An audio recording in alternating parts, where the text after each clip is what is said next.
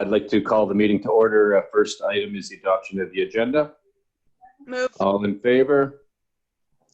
Carried. Thank you. We have no delegations, nor do we have minutes of meetings or departure reports. So we'll go right into the staff reports, and that is the strategic plan. So that the committee forward the 2020 strategic plan is attached to the CAO September 4, 2020. We're playing whack-a-mole again, are we? So, all right. So I'll turn this over to the CAO, and we'll start the strat plan portion of this. Thank you very much. So this isn't meant to be so much as a strategic planning session. I think council's gone through those a number of times in the report. It details, I think, 4, maybe even 5 different strategic planning activities that this council has gone through. So what I tried to do was take what I could see as the results from all of those different processes, the management report, action items, bring them all into one document, as well as go out to staff and say, what are some of the major projects you're working on? What are some of the things you're doing that the community is going to see is going to be an improvement in efficiency within your department? And really create a document that tries to encapsulate what council hopes to see out in the community by the end of your term, as well as the internal process improvements that staff are trying to do and to work on. And if council moves forward in adopting the strategic plan or however it's amended, it becomes the basis for the work that staff tries to do and sets a prioritization where if we are working on something, our preference is going to be to work on the strategic plan items, and other things can be dealt with kind of as they come up and as capacity is available. One of the nice things about what we have here is it is fairly balanced across the organization. We have a lot of things happening in all the departments, which is good. The one area that I note is not balanced, and we do have, I think, a fairly significant risk of not completing the tasks within the strategic plan is the planning department, which is why we have Marvin to give a presentation on what's happening within the department, as well as recommend some paths forward on how we can try and grapple with that. So that's the process. Now, one thing that's important to remember on this is that this is a living document. It's meant to be evaluated, changed, updated as time goes along. And so one of the questions council had for me when I came in is are we supposed to bring our projects to council and get them action? And what we've done by moving to this type of strategic planning meeting and this type of process would be if there's something that you wish to do, an idea or a project that you want to talk to council about, this would be the forum to bring it to. And then council, you'll have the opportunity to discuss it, whether or not you support it. And you can recommend from here that we move forward with including in our strategic plan immediately, or moving it forward to budget discussions, because that's where the other part of this ties in, right? The strategic plan informs your budget, and your budget informs how much of the strategic plan you can complete. So that would be the process. So it would be to bring your ideas or projects to strategic planning, and then likely talk about it and move it forward into the budgeting process where it will be resourced in order to get accomplished in the following year. So that's not to say as emergency items come up, we can't deal with them. We definitely can, but that would be the process overall. I think that kind of gives an overview of the general process. So if anybody has any questions, maybe we'll start questions on how this process is meant to work, and then we can get into the strategic plan more in detail, and we can invite Marvin up for his presentation.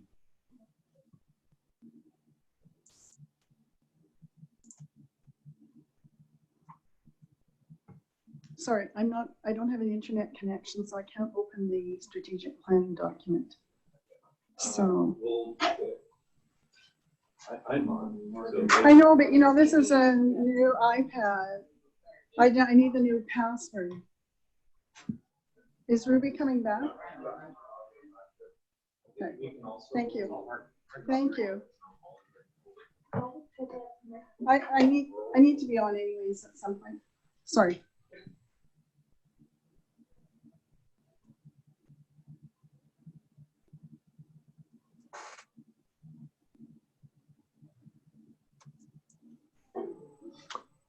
Okay, so are there any questions on kind of what's in here or the process of how this will work in creating new direction for staff?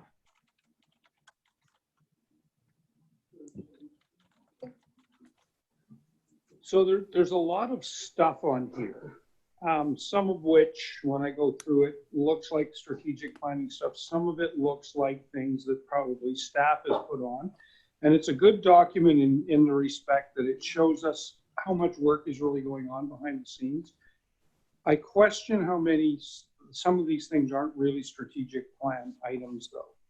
So I'm just wondering how we would break the two out, because I think it's really good to look at this and see like, holy cow, there's a lot of stuff going on. And it really helps when you go, gee, I want to throw my idea in there. Well, yeah, where, right? So it's good that way, but it's not really a strategic planning document in my view. So how do we get to that stage of it? Yeah, that's a good question. And I kind of highlight that in the question and answer portion, that this is more than just, it's beyond maybe what people would think of as a traditional strategic plan, because it includes a lot of the maybe operational, tactical projects that are happening. I have found in working in the municipal setting that this is a more effective way to report out on these sorts of things to get a better understanding. So the next step, if you wanted to, would be to create 3 documents, right? To go to a strategic plan, a maybe operational reporting out plan, and then to a daily tasks sort of plan. And it's something that we can do. I don't know how much value it would provide to separate those out, because I think it's going to be implemented in the same way. So I do take your point that this is beyond the sort of more narrow focus type of strategic plans that can be produced in a lot of different areas. I feel comfortable that this is a good way for council to know all those things, but if council wanted to go down that path of separating this out, you'd have to work on, so this council at that point would need to have longer discussions on the type of prioritization, which ones you want to keep in the strategic plan and which ones come out. But that's kind of my thoughts on the matter. Any other comment? Councillor McKenna, go ahead. Yeah, so in line with Councillor Grant, there's a lot of operational things in here, which, it's interesting and good. One of the things that and I'm sure it will come up through the comments tonight or as we proceed, we saw when we were elected a strategic plan that had a lot of projects in recreation, in parks, in engineering and development that were 3 to 5 years out. And I don't see much of that in this document. So I would like to see what lies beyond as we move further into this strategic planning process. Okay, thanks. Alex, any comments? Okay. All right, we'll move forward. Marvin, come on down.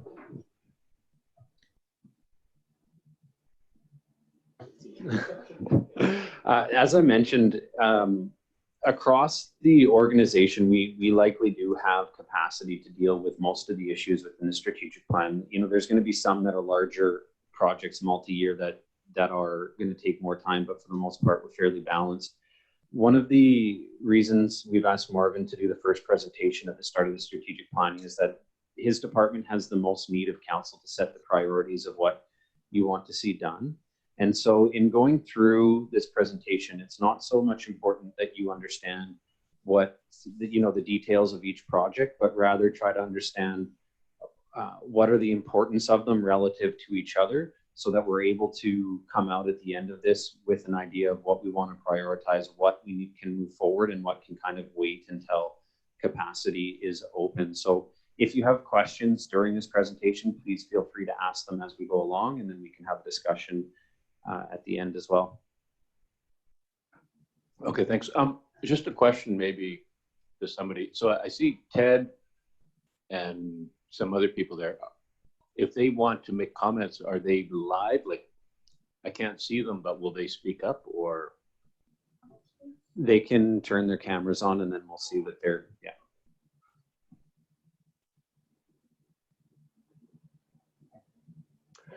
Thank you for the opportunity to give an overview of the Development Services Department.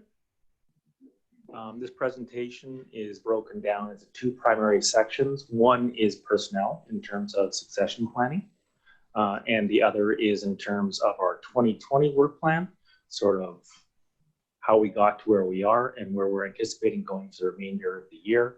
And then 2021 work plan, what the anticipated development activity or sort of environment is going to be, how this relates to the priority projects, and then a recommended course of action and a rationale for your consideration. The planning section is well positioned to address succession. We've got a stable workforce. We have a high level of corporate knowledge, and it's not just in one person, so it's dispersed throughout the staff. Staff range and where they're at in terms of their career. So we have some that are just initiating their careers, like Corey, mid-level, Elliot, and then the seniors level, Regina and Gail. All have a master's in planning, so they have that educational background, so that such that at least they have the foundations that they can proceed through the planning profession. To date, there's been a strong participation in training opportunities and willingness to undertake more complex tasks, and that's across the board from the staff. Building inspection, good news, bad news. Highly efficient, but because it's right size, it's just right size. We're operating with one building inspector. So when we do that, that inspector has to have a level 3 certification under the new standards of the province. So that's so that we can deal with complex buildings. So that's your apartments, larger townhouses. To do that, our building bylaw, we're not doing plan checks of complex buildings. So what we're doing is ensuring that the documentation from the designated professionals is there. We're then taking a look at one area of the plans. That one area of the plans, it looks good, it's not problematic, all the stuff appears to be there that should. We then close up the file, rely on professional certification. And similarly with site inspections, we're not doing site inspections for complex buildings, but we are monitoring to ensure that the design professionals that are signing off are actually doing the field monitoring that they're signed up for. To operate this way, we have to have an experienced level 3 inspector on call. We do. One time there were about 3 in the valley. Development industry picked up, none of them were available. That's pretty common. When you do have a big peak in development activity, you're short on that level of expertise in the community. So right now, it's kind of stable in terms of the overall work environment in the valley. So we do have an inspector on call. He's retired, so you can't expect to get 20 years out of him. So there is a higher turnover in that. So we're using that inspector for peaks in workload, sick leave, training, and vacation. So we're monitoring the situation. That's about the best we can do. But we're also looking to, as our technology becomes more stable, our computer systems and the fiber optics kick in, we're hoping to have more software. And that's going to increase the efficiency of inspections, documentation in terms of liability protection, and also permit issuance. We're trying to increase the efficiency of the capacity of that one person. Okay, so in terms of 2020, just to cast back the beginning of 2020, housing affordability, it had been in the news, people's radars for a number of years, but it really started to hit in 2020, so widespread concern. And then we had the introduction of rental housing shortage. It's always been, for a long time, a low vacancy rate, but rents were quite affordable and they shot up dramatically over a very short period of time. Daycare was starting to become a hot topic item. Province was starting to get involved in terms of the program to create more daycare spaces. We were operating on our standard date order application processing. So date order comes in, it gets picked up, we process it. Only priority processing was limited to the downtown vitalization program. And then came evolving new issues. So we had an incredible opportunity with 695 Aspen. It was like perfect timing. Yes, it's a large project, 232 rental apartment units. So that's great. It ticked one box. But it also gave us the opportunity with a little bit of creativeness to actually see some affordable housing units created within the town. So that case, that was the 6 and the 28 daycare spaces. Yes, that was complex, or is complex. So there's a lot of moving parts to it. The developer was willing to play, provided there were tight timelines and nothing got extended. That was the one major precondition. So we allocated senior planners on that. Even that got really tight, and for a period, everybody, including myself, was working on that one. Good news, rezoning bylaw adopted, DP and DDP were issued on August 5th. The project's going ahead. Building permit is ready to be issued, pending 1 or 2 outstanding items, right? And then again, we were able to call on our auxiliary inspector to get that permit out quickly, right? Bad news. We ended up bumping 2 major in-stream applications. When it rains, it pours. So these were, combined were 120 units. So that's at 2310 Guthrie and 2309 McDonald. They had just resolved significant servicing design issues that had delayed their applications. So they're already touchy. And we also had COVID-19 hit. So on that one, we didn't have any ability to, we didn't have to shut down more or less the entire department. What we did was we reallocated the senior planners, cleared off their desks, so that there was nothing else that was going to delay it. That was the promise that we made to those developers. You're on now. There's nothing that's going to delay you. Again, we were relatively successful. The public hearing on 2310 Guthrie occurred on September 2nd, and we have first and second for 2309 McDonald tentatively scheduled for October. More good news, 1582 Balmoral came up. Again, very unique opportunity. We have the 52 BC Housing Affordable Seniors Housing Units. We didn't have any senior planners available. So Elliot had just gotten promoted. He had gotten the planner 1 position. So I got told to clear off his desk, and he only had 1 project on, and that was 1582, and get it out within a month and a half. So that was successful. So we did have both the DVP and DP issued on September 2nd. And that same day, they did submit for their funding applications. We haven't heard if they were successful. Everything trickles down. So now you have sort of your mid-level applications that are getting delayed. And that's 468, 490 Anderton, those 15 townhouse units. Fairly lucky, that's Don Cameron. Don Cameron's working on his apartment on Balmoral. So he's got something that's keeping him busy. Nearing finish. So we're switching to that. We hope to have processing commenced on that in mid-September. The remainder of 2020, 695 Aspen, major hurdles are done, but it's still going to be ongoing. Next thing to come up to council is we need to do certain notifications and motions to authorize the lease of the affordable housing units and the daycare to the nonprofits at below market rates. McCullough lease has to be finalized. The daycare lease is finalized, but not McCullough. And BC Housing, they're going to be supplying the mortgage, so all those details have to be worked out. We're hoping,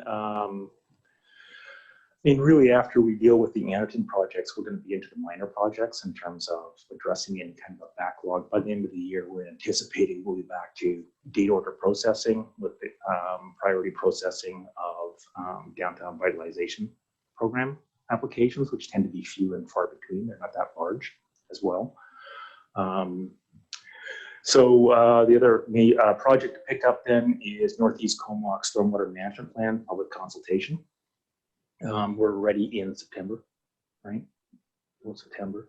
So to get that up and to get that, we're trying to get that out and done by the end of the year. So that's going to then, we shifted it so that essentially it's going to be a joint project, the director of operations, the new communication and legislative coordinator, and myself to come up with an alternative consultation program and try to get that for you. So you can get direction on whether or not we're supposed to implement the stormwater management plan.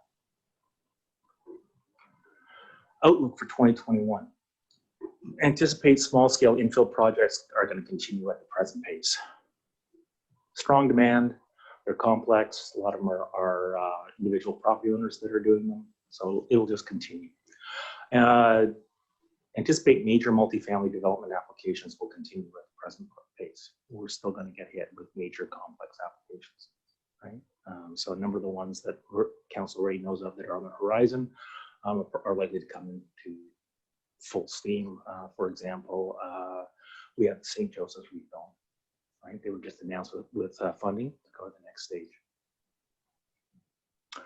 Northeast Comox development applications. So we're anticipating extended processing timelines and increased staff times to be required. It's a new stormwater management plan. You roll out new standards, especially as complex as that. The first few applications you're going to be learning as you go.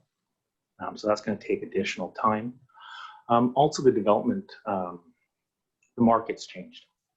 That whole area really looked back. It looked back to the 70s when we had a large lot single family. Well, what's happened now is, of course, we've got housing affordabilities at a totally different level. We have a limited land supply. We have increased servicing costs. So we're going to see very highly likely that we're going to go at minimum small lot single family. And more than likely, we're going to see OCP and rezoning applications for townhouse development, ground-oriented townhouse. Continued development industry and senior government pressure to prioritize specific applications. So on the government, they've got goals beyond just what they're doing. They've got employment goals they're going to go on. So I'm anticipating that's still going to continue in the new year. And so those things are going to come out with a very specific targeted timeline. Development industry, again, they've got additional risks with COVID. So they're going to be looking to reduce their risks. So timelines are going to be a real priority.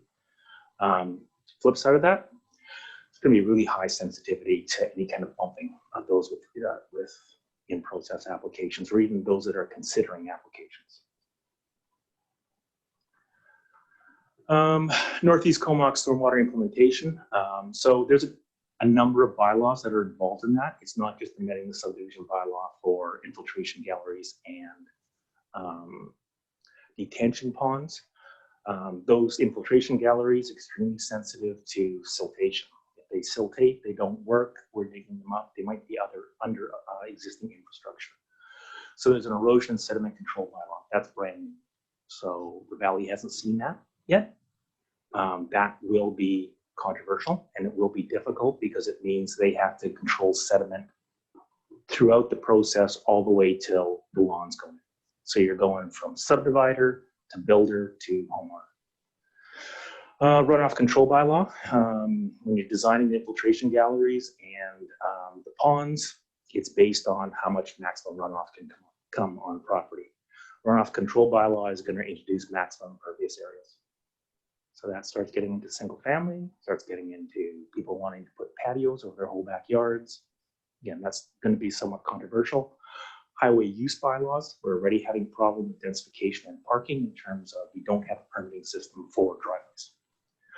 Critical when we get into the stormwater management because those boulevards are going to have infiltration galleries and they might have infiltration swales. If they park on them, they're going to damage those facilities. So that's in the new highway use bylaw. The other ones are relatively minor. Now, one historical on the priority list, it's not showing your priority list, but way back, there was a statement that there was going to be concurrent processing of Northeast Comox development applications with the development of the Northeast Comox stormwater management plan. As that became more and more drawn out and more complex, that started to fall off the radar. And I'll get back to that further in this presentation. Development servicing bylaw. We're about 75% complete on a brand new servicing bylaw, including new road cross sections for everything from traffic calming to infiltration galleries. That's one of the reasons why you see every application coming before you now with the DVP, right? So this is supposed bylaw will hopefully correct that. So it's going to free up a lot of time. Right now we're caught between two bylaws. And then the remainder are as per the list that's in the report. So I'm not going to go over those. So other than to say there's an extensive list of priority projects in the wings. Recommended course of action. So let's make sure we miss anything. Okay, good. So what's recommended is that we process applications in 2021 in date order. We limit prioritization of application processing to the downtown vitalization program, and we undertake one priority project at a time in the following order. First off, Northeast Comox implementation bylaws, get those adopted. Next, update the subdivision development servicing bylaw. In terms of that historical sort of statement, the idea there would be Northeast Comox development applications would be processed in date order based on the submission date of new applications after first reading of the implementation bylaws. Rationale. What we're trying to do is balance the demands for processing, timely processing of development applications. And that's not only for the development industry, but that's for like new home buyers, right? People looking for a place to live, rental. The need to address new and emerging issues that council's identified, and development services and operations capacity. Development services is the front end of the workload. Somebody comes in for a rezoning, great, we're bringing out parks right away. What do you think about the trees? Which trees are going to be protected? We're bringing out public works. Generally, do we have the capacity to service this? What are the parameters on it? We get to the rezoning process, great, then a building permit comes in. We get detailed design drawings for all road infrastructure. So that's your sidewalks, your streets, your trees, street trees that are coming in. Those all then go to operations for final review and design approval. Then they're monitoring them during construction, right? And then they're monitoring the performance for the 1-year maintenance period afterwards. So it has this trickle effect going all the way down. Why Northeast Comox Stormwater Management Plan?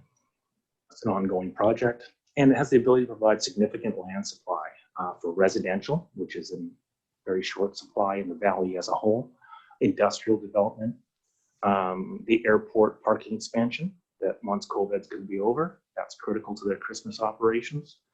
And also the Northeast Comox Stormwater Management Plan is the management plan that is being proposed for use in the Yanakin Corridor.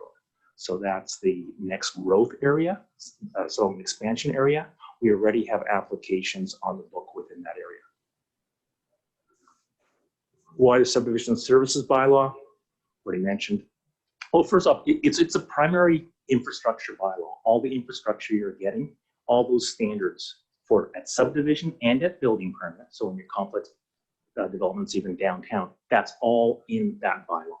So it's a critical central bylaw. It's 75% complete.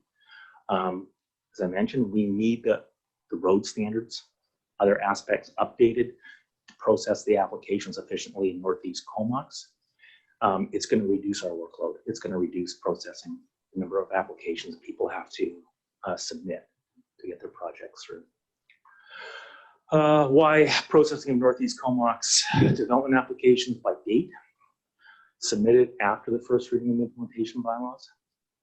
We don't have sufficient capacity to effectively do both concurrently. Mentioned there's going to be complications, teething problems as we're going to have to work through. So that's going to be very time intensive. We need that subdivision servicing bylaw. Otherwise, we're doing site-specific custom DVPs, which are a lot more time intensive than just adopting a new bylaw and saying, great, everything's in one spot. And also, any attempt at concurrent is going to have a significant and sustained impact on processing of in-stream and new applications, those that aren't dependent on new stormwater servicing standards. We really don't think it's going to be well received by the development industry. And with that, I'm happy to answer any questions. Thank you, Marvin. Any questions? Maureen, Councillor Swift. Thank you. So Marvin, if I'm understanding this correctly, say I had an infill development or something, single family, you're saying that would be significantly delayed? Is that correct?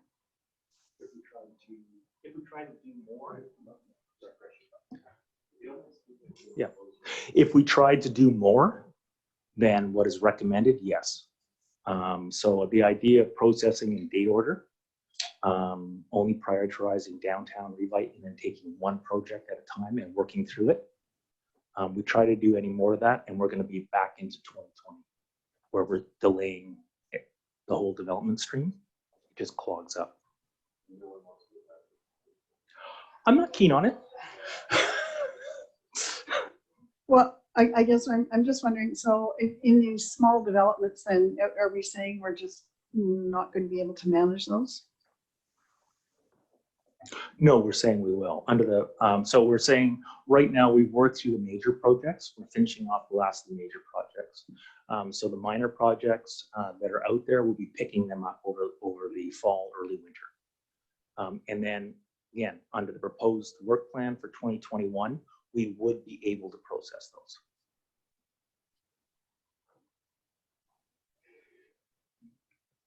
Okay, thanks. See you.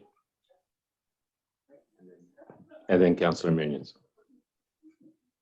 And I just wanted to thank Marvin for the presentation, and you just highlight the amount of work that I've seen the planning department put in since I've got here, the amount of time Marvin spends in the evenings and on the weekends in order to make these deadlines. I think Marvin and I even had to have a conversation with one of his planners to make sure he took time off for his wedding, which he was going to delay to try and meet a timeline. No, not the wedding, honeymoon. And I think the thought was, well, that's fine. You'll get another crack at it if you do that. So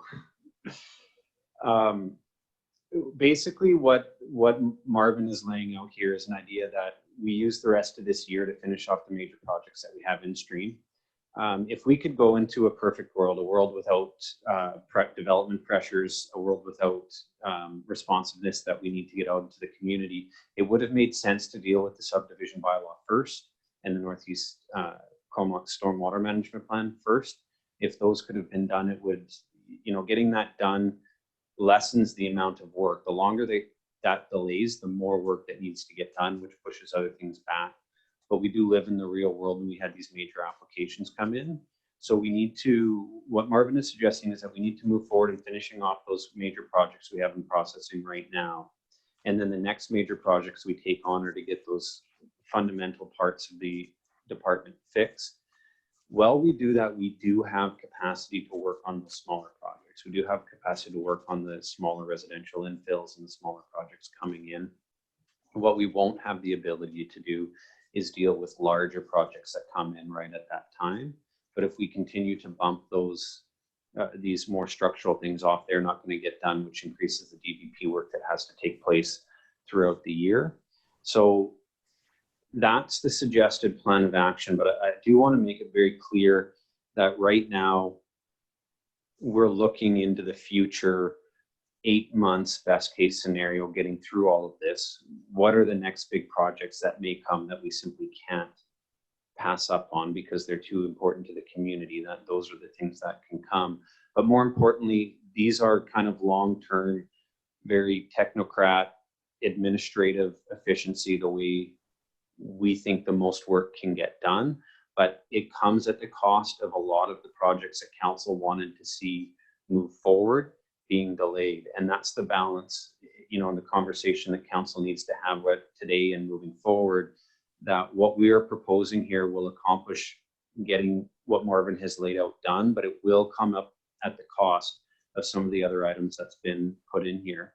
The only way to not do it is to flip and go, we'll deal with some of those priorities, but those other projects are going to be the ones that are delayed, and then the resulting impacts and backlash that are going to come from those. So appreciate the presentation, Marvin, and back out to questions. Councillor Minions, go ahead. I got a little bit of my answer there, but I have the same question as Councillor Swift, and I'm just curious if I understood with the infill applications, like the very small projects that come in, which will affect our residents. Did you say it will be one at a time, like from start to finish, based on the capacity of the big project? So if you get in like 3 infill projects, you do one from start to finish, kind of back to back, but not all 3 at the same time. Is that accurate? Depending on timing. So our normal process, which we want to go back to, is what's the date of the application. So if we have a major project come in, we assign it to a planner. So applications get assigned to planners. So if we have so let's say that we have a major application come in and 3 minors. If the other planners have finished their workload, they usually have 1 in final, 1 majorly active, and 1 preliminary. If there's openings for the preliminary, we'll take all 3 at the same time. But the idea is that we're just pulling it and we're continuing it. That really gets back to the sort of the targets, the processing targets that council set, right? DVPs about 3 to 4 months, zonings, meeting those targets and those kind of expectations for minor and major private, the actual development applications. Yeah. Any other questions for?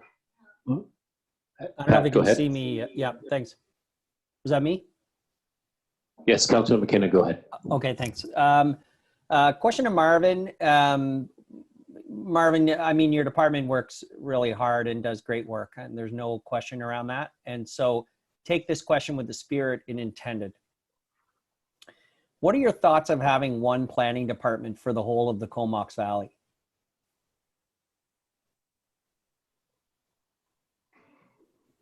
The ability, you're going to lose the ability to address neighborhood issues. Essentially, the neighborhood gets bigger, and you're in competition.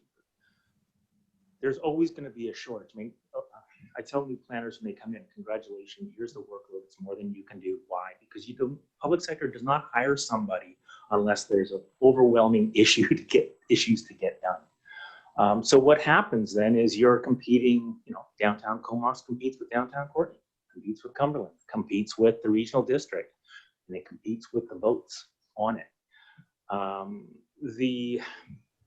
So you're going to lose that ability to prioritize the projects to this small area. You're also going to lose the competition. People don't, it's not what people like to say or whatever, but there's intense competition between municipalities, right? I mean, one municipality is doing something, just like on councils. One municipality is doing something. Why aren't we doing that? Well, you better get on it. Who's first doing it? Can you keep up with it? Once if you have large areas, those large municipalities that include the rurals, that's the only game in town. You don't like it as a developer? Tough. And it's one set of rules fits all. All of a sudden, even still have that one set of rules, but you know what? Cumberland's very different than Comox. That ability then to adjust and the pressures that developers and citizens can put on the planning department to adjust and to be responsive is reduced.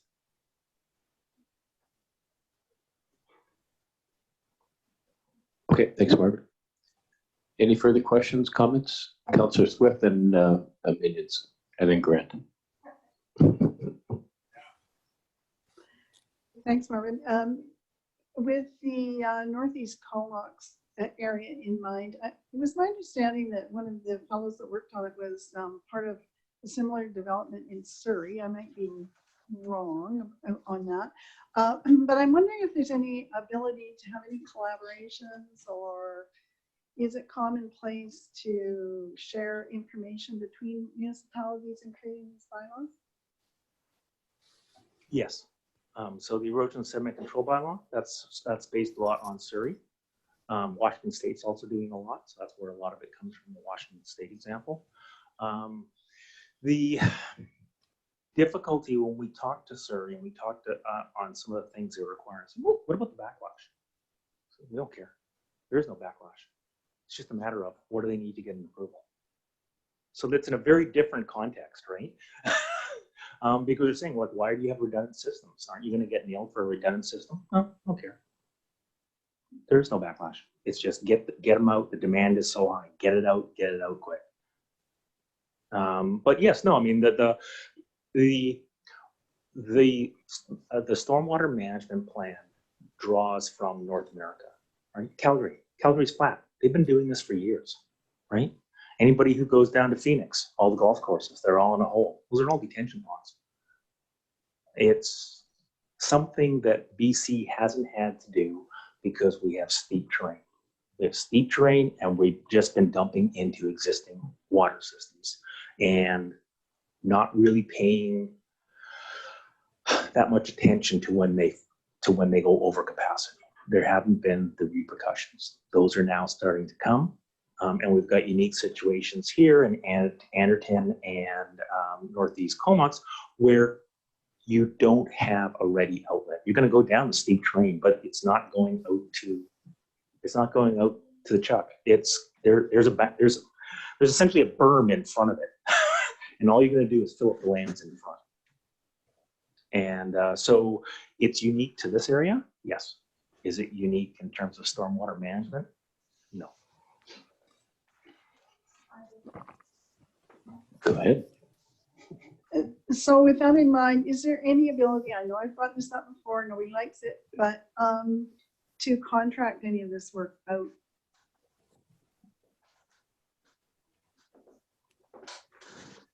It's going to be based on the specifics. One of the problems on the engineering end, we can get into stormwater. The big issue is municipal engineering is very different than consulting engineering. A municipal engineer is concerned about how long it's going to last, who's going to get damaged, and how do I fix it.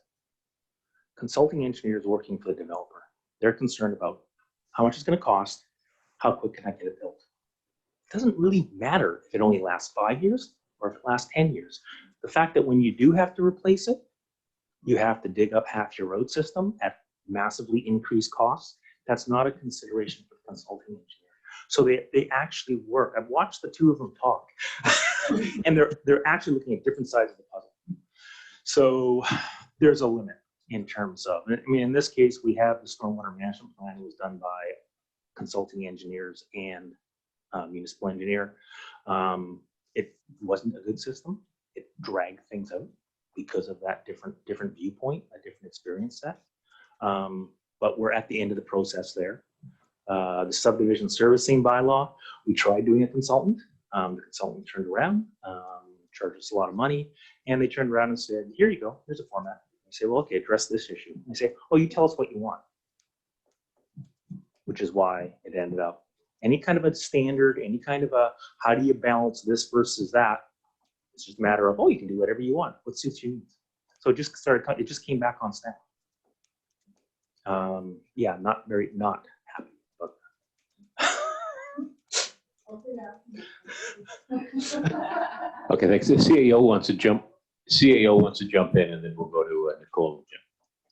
Yeah, just on those specific issues, I would agree with Marvin that the amount of time it would take for senior staff to deal with the consultants isn't going to make it worth it. But where we could look at consultant support is on some of these other projects that council wanted to take a look at, things like the open house, climate crisis type of recommendations that could come from there. Doing the climate change adaptation strategy is something that could be done through consultants. The Heritage Registry report, something that can be done through consultants. Same with the report on affordable housing and short-term rentals. There's a number of these projects that we could go out to consultants and do. The only thing I would caution council is the cost of that is going to be very expensive. You're looking at probably $130 an hour, and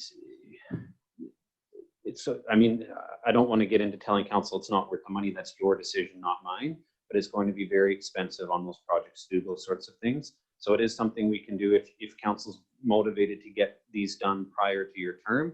We can absolutely look at getting those done through consultants, so long as you're comfortable with the cost that it's going to be. Okay, thanks. Nicole and then Kim. Thanks. Just a question around the building inspector with just having the one, and you mentioned, I don't know if it's called a level 3, but it's someone who's retired and comes in. Is that a bit of a threat to kind of everything's going very efficiently, I would say, in the planning department, but that's something out of our control? Is it hard if we were, if someone was to retire or leave, or the person that comes and fills in decides to fully retire? Is that something that's a hard position to fill? Yes.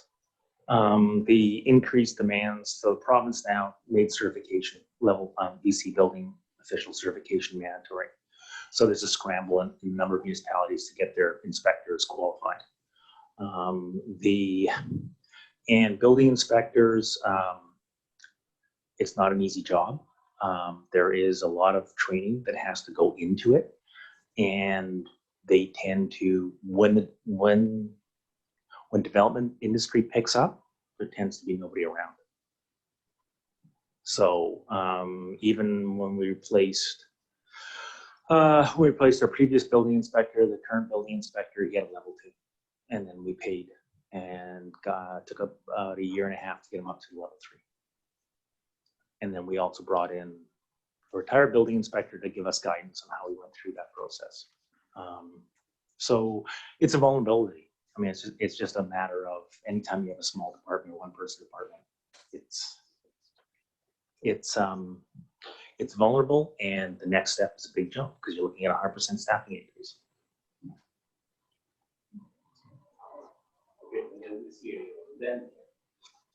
So similar to, so similar to like a planning position though, where there's a fair amount of people that apply for that. Are you saying because the education level changed, there wouldn't be a big pool then? So as you said, it's just a vulnerability that you guys are aware of, or if there was a position posted for a second person or for a relief position, it wouldn't be a challenge? Relief position depends if somebody's in the area, and it goes through highs and lows. Replacement depends on when you do it. Do it in a down cycle, yeah, you probably got a lot of applications. Do it in an up cycle, you're going to be scrambling. I mean, the one thing that's always in our favor is the development here is of a high quality. So it's interesting, right? And they're complex issues, so it's challenging, and it's a nice place to live. But now, of course, we're also dealing with trying to bring somebody in with the high housing prices that just went up by about, what, 200,000? CAO? Yeah, the level 3 building inspector, there's a shortage across the province. Down south, the crunch hasn't been felt quite as bad. Up north in Tumbler Ridge, we were looking for building inspection. We couldn't find one for ourselves. We ended up having to join in the regional district and have the service provided there. They went out to look for a level 3 building inspector, couldn't find it. They ended up having to, it was nearly triple the wage in order to get somebody to go. And so, as Marvin said, a lot of building inspectors, it's a tough job. And a lot of building inspectors who are getting towards the end of their career when this new certification level came in, just simply retired. They had their pensions and they didn't want to go through the amount of process. That's how Tumbler Ridge lost theirs. And the community beside ours lost theirs as well, was through that retirement process. I think that we're probably going to see upward pressure on the wages for building inspectors just because, municipalities, we all see the type of abuse that we receive, and nobody gets it worse than the building inspectors. It's a tough job. And with the amount of money in development across the province, it's hard to keep. There's a lot of money to be made by leaving the municipality and going to work for private developers. So, You mean they make more than a CAO? No. Councillor Grant, go ahead. All right, thanks. Well, I just wanted to talk about Pat's idea of a regional planning service to start with. And you got to remember, when you do that, we have 2 votes at the regional table out of 11. So we lose control of our planning department. And whenever you open new services there, it's always a challenge for us because we're kind of I always call us the little brothers. So that's one of the challenges. Question I had was, if we were going to do contracting out, what about some of the small infill projects? If they were to come in, could those be contracted out? That seems relatively simple. Marvin?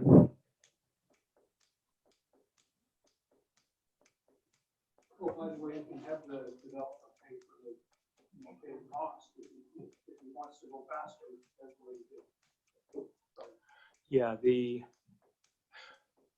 right now, the current system does contract out a lot of the work. The idea is that you have your subdivision development servicing bylaw, it sets the standards. The applicant's engineer has to take a look at it and design to it. Then our engineering department is reviewing those designs, and then reviewing actual completion. So there's a lot of contracting out currently in the system.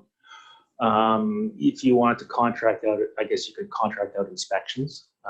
It means that you're setting up of infrastructure, and probably a municipal engineer would know much more than me, but plan reviews. You need very robust policies and requirements on those.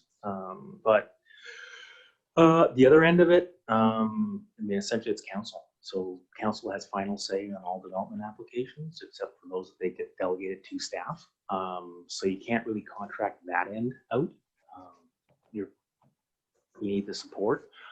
Your best bet is, yes, probably inspections, talking to director of operations, and also it's those projects. Right? I mean, if you're looking at background projects, you're probably very safe going with a consultant. That's what they make their money on: planning consultants, sort of engineering consultants. Where you get into problems is if you're looking for answers on what you want to do. That's where you have a pretty big disconnect, because they're not going to be around to implement it.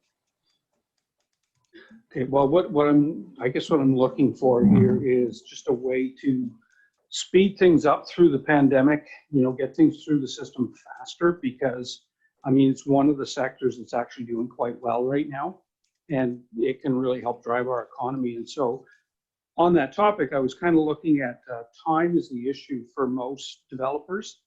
And it's not so much how long it takes, but the expectation. Like if I came in and you said it's going to be 8 months, that's fine. But in 8 months, I want action. And so what do we do to manage that expectation? And, if there's one complaint that I hear, it's that, we came in and then, it was longer, and then it was always longer. And I never know who's lying to me, you or them, but somebody is, right? Because the story's different depending on who you talk to. So how do we manage those expectations of timeframes with developers, and especially in today's world? Council's done a lot of work on that. So we now have a very comprehensive system of application requirements.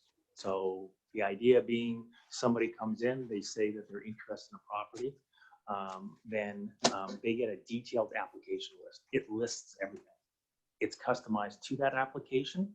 The next step is we get engineering out. So we get a municipal engineer out, take a look at the infrastructure implications, and we get our Parks Department looking at the tree implications. So that is set, and that is our checklist. If that's complete, we will receive that application. What is unknown is, what is the community reaction going to be? Are they going to have to do redesigns on the community based on community input? So that's an unknown. So we have a really good tracking system in terms of upfront what's required, and it's documented. So if somebody wants to say that we changed something or anything else like that, then there should be a documentation on it. There's stuff that we're issuing. And then after that, it's a matter of how do we track it through the process. There are ups and downs, yes. But the critical thing I think for the development industry is, what do you want? And how's it being processed? And if there's a general commitment to date order, when they're busy, they know they're busy. They can't get windows, right? I mean, everybody's backed up. They don't like it. There's pressure. But when the system fundamentally changes, that's when you get the big backlash. Well, I think what I hear a lot is that the developers always blame the town no matter what the problem is. And oftentimes I believe it's because there's something incomplete in their application that they haven't done. How often is that actually the case? I would say it's the majority of the time. You're probably your biggest delays. There's a real problem in, we don't want to get, especially when you start doing engineering, right? Servicing things. It's premature. The guy doesn't even know if he's got the rezoning, right? The public doesn't know if they got the rezoning. Why are you asking for this? Don't worry, we'll get it. Rezoning goes through. Oh my God, the costs are going to go up. They weren't expecting that cost. Now you've got to change your standards.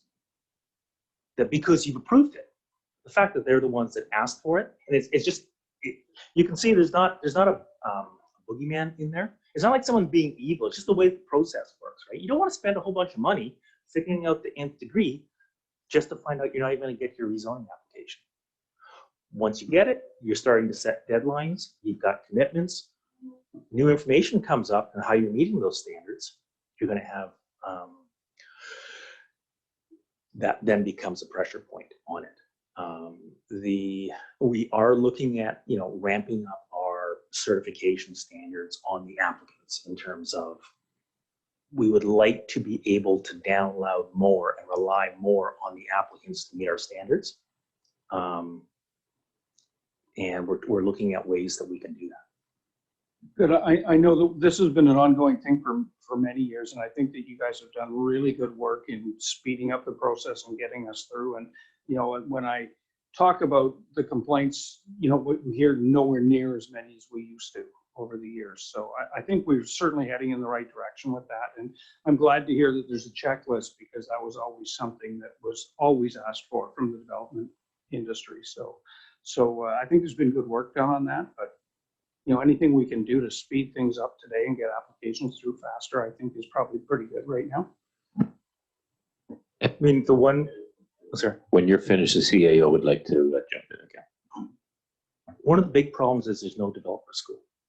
So you do those checklists and you do those standards, it puts pressure on the developer.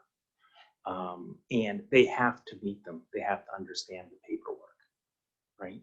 They have to coordinate their professionals. And that's another reason that you're getting this sort of disconnect, right? In terms of how do you balance these things, even when the documentation is there, right? So. Yeah, one thing that Marvin highlighted that I think explains a lot of what's happening here is the upheaval, you know, the change in standards. And for a long time, I think in Comox, there was excess capacity pretty much everywhere. So development was able to happen fairly easily. The municipalities in the regional district didn't have to be too worried. But the regional district and the municipalities started to realize that we're running out of capacity on all of our systems, whether it's storm, water, sewer, and just land constraints. And then you couple that with the environmental development changes that have come in. And so I think what we've seen partly is a reaction of developers having to increase their sophistication to move through the project. I've been, you know, I came in and had to see, you know, a number of the upset developers. You know, I think my first week or two here, I had them all banging on my door, wanting to tell me all the stories and hearing them and hearing what had happened to staff. And for the most part, it's going through and realizing that expectations had been set out for them at the beginning that they either didn't read or didn't fully comprehend the implications for them, and started to move forward. And when they tried to, when they did start to understand what those implications were, it was quite upsetting for them, the increase in costs. So, you know, over on the mainland where they've had these type of pressures and the developers have become more sophisticated, they're not running into these type of issues. I think we're sorting them out, and that's for two reasons. The developers are getting more sophisticated. We're getting better at communicating prior. That I think the department, Marvin's department, has seen the roadblocks that developers have hit, and as we see them hit those roadblocks, we try and bring that to their attention prior. But one of the most recent ones that we worked on, that we had to put a stop work order on twice, and they were quite upset about it, was just us going back to this documents that they signed and realizing they had never read them. They'd never read what they committed to do. And that's what had held them up. And so we need to, and we are developing that type of philosophy where we're here to assist you. We're partners in the development. We're not one side or the other. We all have the same goal in mind, and that's to see development happen in our community as quickly, as cheaply as possible, but it needs to meet those regulations. And when the developers are not meeting them, like you said, they tend to try and blame the municipality. The phrase that we hear quite a bit is the town has moved the goalposts. I heard that I don't know how many times when I came on and started working with the developers, and in the vast majority of cases, I have not seen the town having moved the goalpost. It's simply just a realization of what these new development restrictions actually are. They're new to the area. they're new to these developers, but this is what they're going to run in. This complexity is what they're going to run into in development all across the province moving forward. Oh, sorry, one more thing I wanted to add, because maybe I'll be helpful on this comment. I don't know if the last one was. If council, if there's a real desire to look at speeding this process up, I would say that patience will get us through this. But if there is a desire to add resources, probably the best way to do it is to go and find somebody with background in this and hire them on a year contract. You're going to have to pay a premium if they're not, especially if they're not in the region, but get somebody who knows this stuff, hire them on as a staff member for a year, help them clear out some of these applications. And I think that's probably the best way to go about it if council wants to dedicate that resources. I'm guessing that's probably in the high 100,000s in order to get that. If there's somebody locally where you don't have to pay relocation, or you don't have to pay accommodation while they're here, that number could go down. So question then for Marvin, like I don't really move in the development group, but so if there's all these different developers and, you know, Bob wants to do this, Joe wants to do that, it seems like a lot of the onus is placed on you folks. Why wouldn't they group together and hire somebody to move their projects forward, to come to be the liaison to you, and that way they know all the ins and outs, instead of you educating each one of those developers? You just educate one who then fans out to the others. So putting the onus on the developer to hire that person to help move these things forward instead of just us. So we have attempted to do that. I know we're not even broadcasting, but I still want to be careful on how you answer this. We have attempted to do that. I think we've been disappointed in the quality of advice that is being given to the developers. I think that's been an issue. It's an issue that both Marvin and Shelley have brought to my attention, and it's something we're trying to fix within the region, but that increase in sophistication needs to happen with those people specifically as well. Okay. Marvin and then Ken. Also, you have developers of different levels and different capacity. You have some people who aren't really builders, they're just trying to rezone. They don't have the deep pockets, they don't have the expertise, they don't know who the good consultants are because they don't work in town. You also have the different scales. So to a big developer, you turn around and say, welcome to dealing with BC Hydro. They've dealt with BC Hydro. They know the processing timelines. They know how important it is to get their plans approved by BC Hydro. Mon-Pod developer, you tell them to go talk to BC Hydro, and it's going to cost them $5,000 or $10,000 to get BC Hydro to give them an answer. You get that ability to download, that ability to get the consulting industry to respond. That's getting held up right there. Sediment and erosion control requires the hiring of an environmental monitor, right? So we're not paying a town employee to go out there and to look at what's happening and take samples and provide the data. Big pushback. That's a different person. Why do I have to hire a person to find out what's going to happen? Well, because you really don't want us doing it. It's going to cost you even more. So you have those kind of things that are inherent in the system. Yes, additional aspect. Yeah, that's pretty much just what I was going to say. The big time guys generally have people on staff already that do this, and when you see them come in, it's a negotiation to them. They come in, they understand, they do their thing, it goes through pretty quick, and then mom and pop, like out at Clado Estates, that was a classic of, you know, people that just weren't really developers and ran into everything. So I think many of the bigger developers that we see now coming into town really are more sophisticated and get this kind of stuff. Yeah, one important thing to note is the general happiness level of developers in the region is up. They are seeing the work that council is doing on this and the prioritization that you have. They're seeing the extra resources that you put in. They're seeing the items come out. They're seeing timelines move forward. You know, of all the developers I met who were very frustrated at the beginning, most of them are pretty happy now. I mean, they won't be the next time there's a bump in the road, but that kind of simmering boil of frustration that I think was out there a year ago has really calmed down. I don't get angry phone calls anymore. When they do call, we are able to tell them what we're doing, when it's going to happen, and how it's going to be moving forward. So people are generally, I don't know if we'll go as far as happy. They won't be happy until it's done. And even then, the town won't get any credit, but they're less angry than they were before, which is always nice.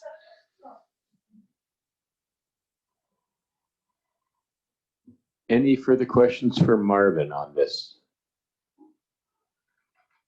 All right, seeing none. Marvin, thank you very much for that. That was very good presentation. And I do appreciate all the work that you and your staff are doing. I know it's a lot of work. All right, so what's the next on this, Mr. CAO? Well, I think it's just if council wants to have a conversation about how you want the planning department to move forward, that's fine. I know it's a lot of information to take in, and you want to, it might be useful to go back and let some of it process, and just put out there that I'm here for meetings on how you want to move things forward and the ideas that you may have. If you feel that the extra resource, we talked about the extra resources coming in and maybe getting a person, the different ways of prioritizing it, please feel free to come into my office so we can talk about what it is you want to do, how to bring it to council, and how to make those type of changes. So if council wants to have that discussion now, you're more than welcome. If you want to take it back and come and set up a meeting with me later, I'm available anytime as well. Councillor Grant? So I got one on the CAO's report where we talk about Marina Park enhancement, parking improvements. And then the one right below that is shovel-ready projects, and they kind of fit together in some ways. On that, I noticed in the comments you talk about expanding marina for more boat rentals. I think there's a major opportunity in our marina for economic development and to really enhance what our town is and what we've got there. I realize that it's a really long-term project, and it's going to take a lot of grant money and a lot of effort and a lot of time. But I'd like to see that to be a bigger piece of our strategic plan. The other one is the shovel-ready projects, and I guess my question there is, and maybe it's a Shelley question, I'm not sure, but how do we know, like, let's say, for example, all of a sudden there's funding for dog parks. Are we ready, right? Like, I don't know where we are with that. And so I don't know how we know what's ready, what isn't, how we get them shovel ready, or what we want to do. Because there's a long list of stuff here. I don't know which ones are shovel ready and which aren't. I mean, take whatever we can get and move them forward. But, it's on the plan. It would be good to know a little bit more about how we would go about getting them to that stage. So part of that is actually developing a shovel-ready project list, and that really ties into the long-term capital and asset management planning that Clive and I are going to be working on. So you'll be able to see the type of projects that we have on the books in your long-term capital plans. And then when it comes to some of the other items that may be, when it comes to a dog park, that's on the strategic plan. The recreation master plan would be something that would have those projects in them that would be close to shovel ready. So that's kind of where you build all those different things out. And then as grants come open and available, you match those different projects with the grants that are there.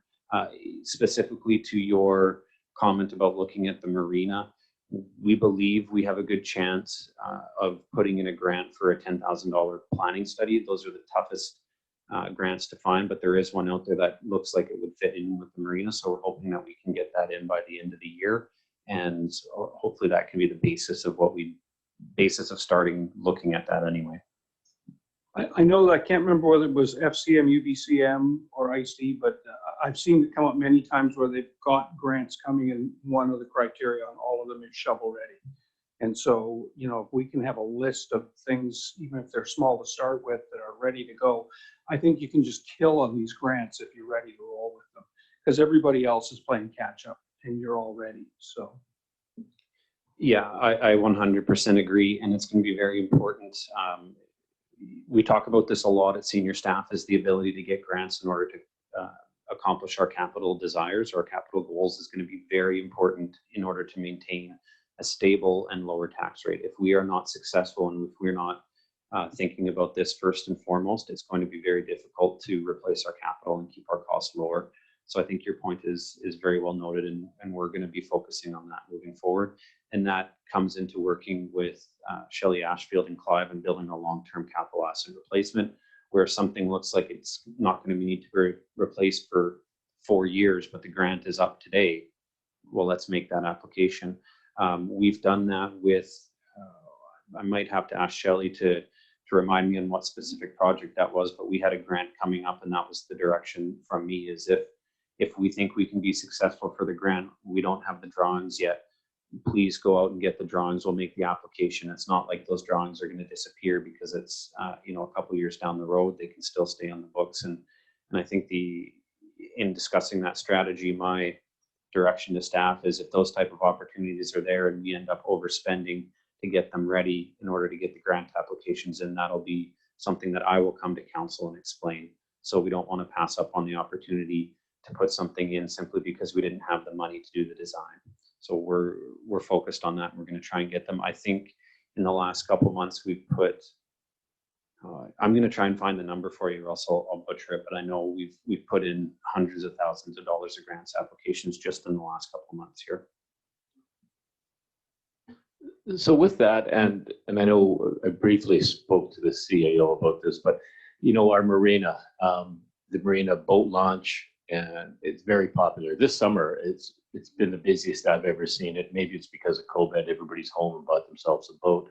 But is it something, and maybe the CAO or to the area directors that we are, our CDRT directors that we have here, but is there a way that we can leverage money from the regional district to help us with the boat launch? Do we even want to get into another service with the regional district, when we're already talking about getting out of other ones? But I'm just wondering, is there a way to get money? I know Ice-T has put in a lot of money to Ford Cove on Hornby Island for their marina. That's part of Small Craft Harbor Authority, but it seems that there might be some ways to get that. Any thoughts? Yeah, I don't think it's an RD thing. Yeah. Because everybody comes here from elsewhere. Don't you cut me off like that. I'm gonna cut you. Yeah, no, I don't know that it's really an RD thing. I think it's up to us to really be ready, and those grants are available to anybody that comes and puts their, like the RD doesn't really have any funding for that kind of thing, but Ice-T is open to everybody, right? So yeah. Just an update. So we've applied for $1 million grant for the Balmoral Torrance Road reconstruction, $52,000 for the Stairs Center lift replacement, and we have another grant. I don't have the dollar amount, but it's a fairly significant one going into submission in a couple weeks here for the Lazo Greenway. So it's definitely a focus, and we're going to continue working and building on that. Okay, Councillor McGowan. Hi. When it comes to the marina, I find that it could be a really good kind of focal point for Comox, right? But one of the things that I've heard from varying voters is about the pump out station and how it's often not in service, and with the shellfish and everything that situation that goes on, having a portable pump out station or something would bring people here to have that done, to avoid pumping out in the middle of the ocean, things like that. Just a thought. Yeah, I do believe the Harbor Authority, they're the ones, they do have the pump out station. They're responsible for it. Yeah, but that is theirs. I don't know if that's something that we have the capacity to take on. But yeah. It was just a thought for tourism and for environmental niceness, really.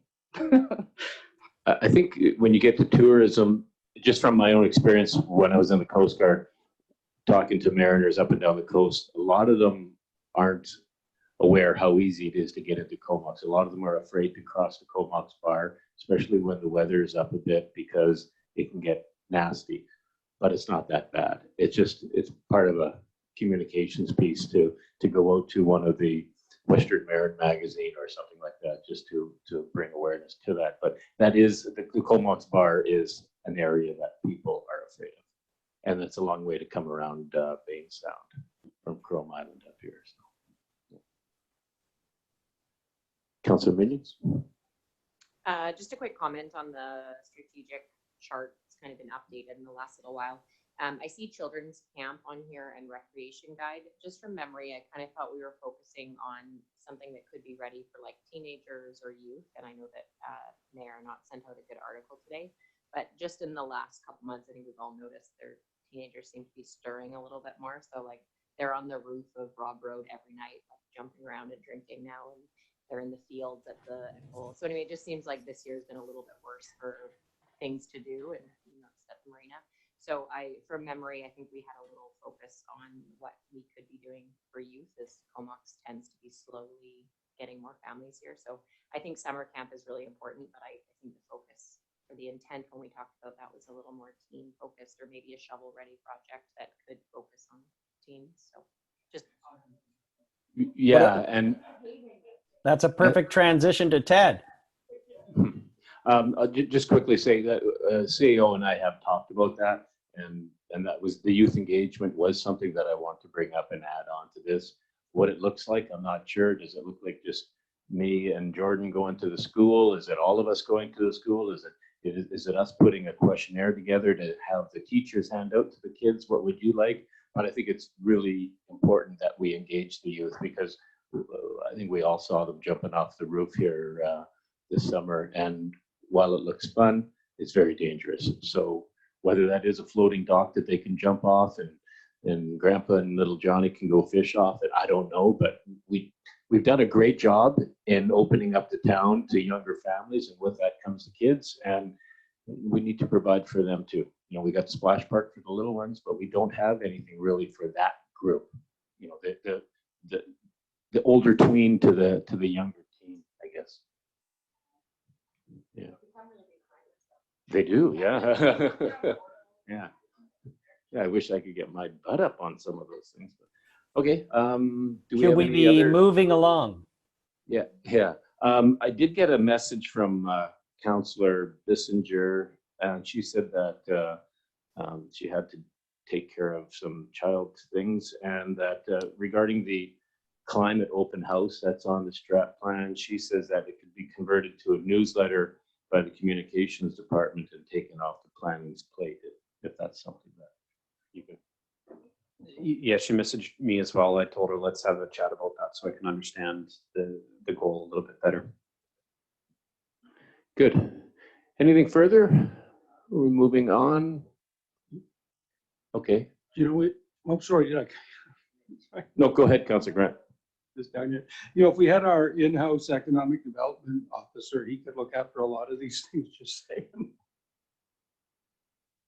We could train them to do some inspections and that too. So, yeah. All right. So have we covered all the strat plan stuff that you wanted to deal with, or do we have input from senior staff, or are we just carrying on through the agenda? What do we, what's Senior staff was here to answer questions, just because I thought some of these additions might be new projects to you. In case you wanted to ask any questions, I'm happy to move on for now. And like I said, my office door is open anytime to help council bring the type of changes they want to see to this plan. So for staff's perspective, we are happy. Okay, great, thanks. And I think most of us do acknowledge that, you guys are pretty much at capacity. We're in the middle of the term, get a lot of that stuff done. Hopefully there won't be more that we can place on your shoulders, because we don't want to break the camel's back. So appreciate that. All right, and no comments from our senior staff on this, so we will move to receive that. Okay, all in favor? Am I right, Ron? No, that's gotta go to the next meeting, because we're just. Unless I would be pointing at, I guess I should actually.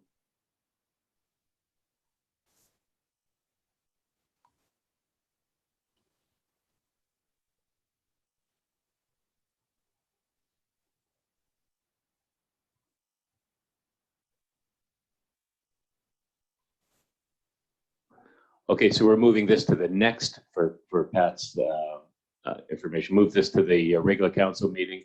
And so at this point, we are just approving it, receiving it.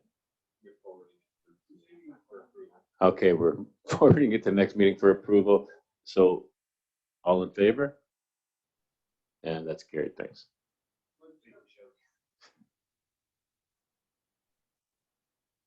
Always beware the guy that says a quick question, because he never is. But I'm just wondering if you wanted, so you talked about adding something, now is the time, or if you wanted to, you know, like some of these things, like, you know, I'll just throw the dog park out there as an example. Do we still want that? I don't know if we do or we don't. Is it important anymore or not? Like, how do we go through now and sort of fine tune this list so we don't have things on there that we're not interested in, or perhaps there's something we'd like to add? Yeah, now's the time. Next strategic planning meeting is the time, whenever works. But that's kind of what the purpose of the meeting is so you can have those discussions and bring those ideas. I think you raise a great point. If there's something that's not on here that you want us to do, please add it. If there's something on here that you don't want done, please remove it. So I guess when I started this, I said we had our priorities, and then you've added a lot of staff things in there. And it would be helpful to have our strategic priorities that council put on there so we can look at them. And if we're good with them still, great. If not, there may be some that come up. Like Marvin phoned me and said, well, what did you have in mind when you wanted to expand the downtown revitalization area? And I kind of went, did I do that? And then I remembered that I had, right? But you know, like things change over time, I guess is my point. They will look at what we put in as council, not so much the staff input, and to be able to go through that and say, well, good example, Alex says, we'll send out a newsletter instead of having the open house, for example, right? Like there's a change we could make, but she can't just make that, right? I mean, we have to actually see it. So it would be helpful for me if we just had the list of what we put on. I don't think it'd take very long, and I would assume 90% of it we'll still want, but that way we can just have a look and see how we want to organize our own priorities. Yeah, that's a good point. See, I'll go ahead. Sorry. You're gonna have to take the button away from me. Yeah, no, I can do that and have it for the next meeting. That's not difficult.